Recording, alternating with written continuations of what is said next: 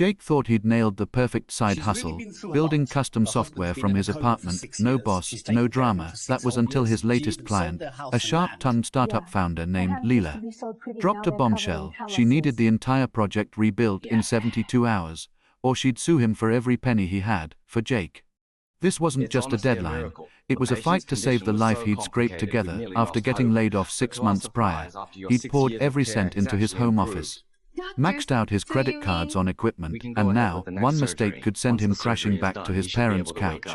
Leela wasn't making it easy, either. She'd show up unannounced at 9 p.m., firing off texts at 2 a.m., and questioning every line of code like he was a rookie.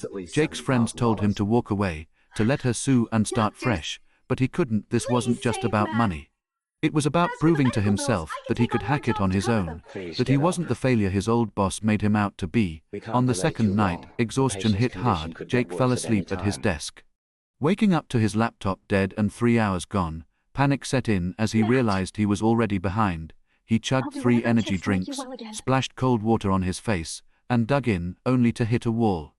The code wouldn't compile. Leela was blowing up his phone, and his vision was starting to blur. That's when he got a text from his sister, Mia, asking if he'd forgotten their mom's birthday dinner. Guilt washed over him. He'd missed 3 family gatherings since starting his business, too wrapped up in proving himself to notice the people slipping away. He wanted to call, to apologize. But there was no time. At 3 a.m. on the final day, Leela showed up at his door, uninvited. Jake braced for a fight, ready to snap after 2 days of no sleep.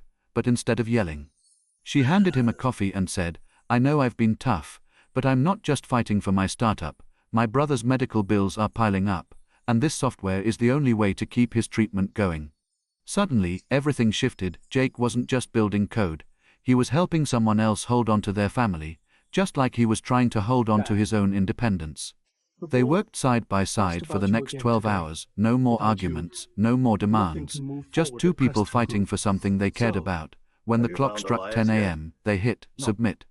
The software worked perfectly. Leela paid him double, tears in her eyes, and promised to send referrals his way. But the real win, Jake called his mom that afternoon, apologized, and booked a flight home for the weekend. He realized that success wasn't about never failing. It was about knowing when to fight, when to ask for help, and when to stop and cherish the people who matter. A week later, Leela's startup took off, and Jake's business boomed with new clients.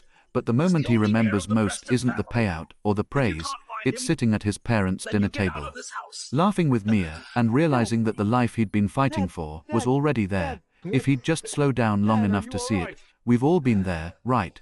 Chasing a goal so hard that we lose sight of what's important, burning the midnight oil, skipping meals, pushing away the people who love us, all in the name of making it. But what if making it isn't about the money or the status? What if it's about balance? About fighting for what matters, without losing yourself in the process? Jake's story isn't just about meeting a deadline, it's about 2 strangers who became allies, about realizing that our struggles are often more connected than we think.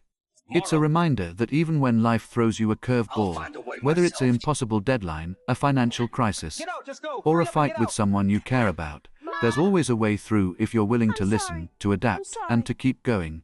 So if you're staring down a mountain right now, feeling overwhelmed and alone, take a breath. You're not the only one fighting, and sometimes the person you least expect will end up being your biggest ally. And hey, don't forget to call your mom. She's probably been waiting to hear from you.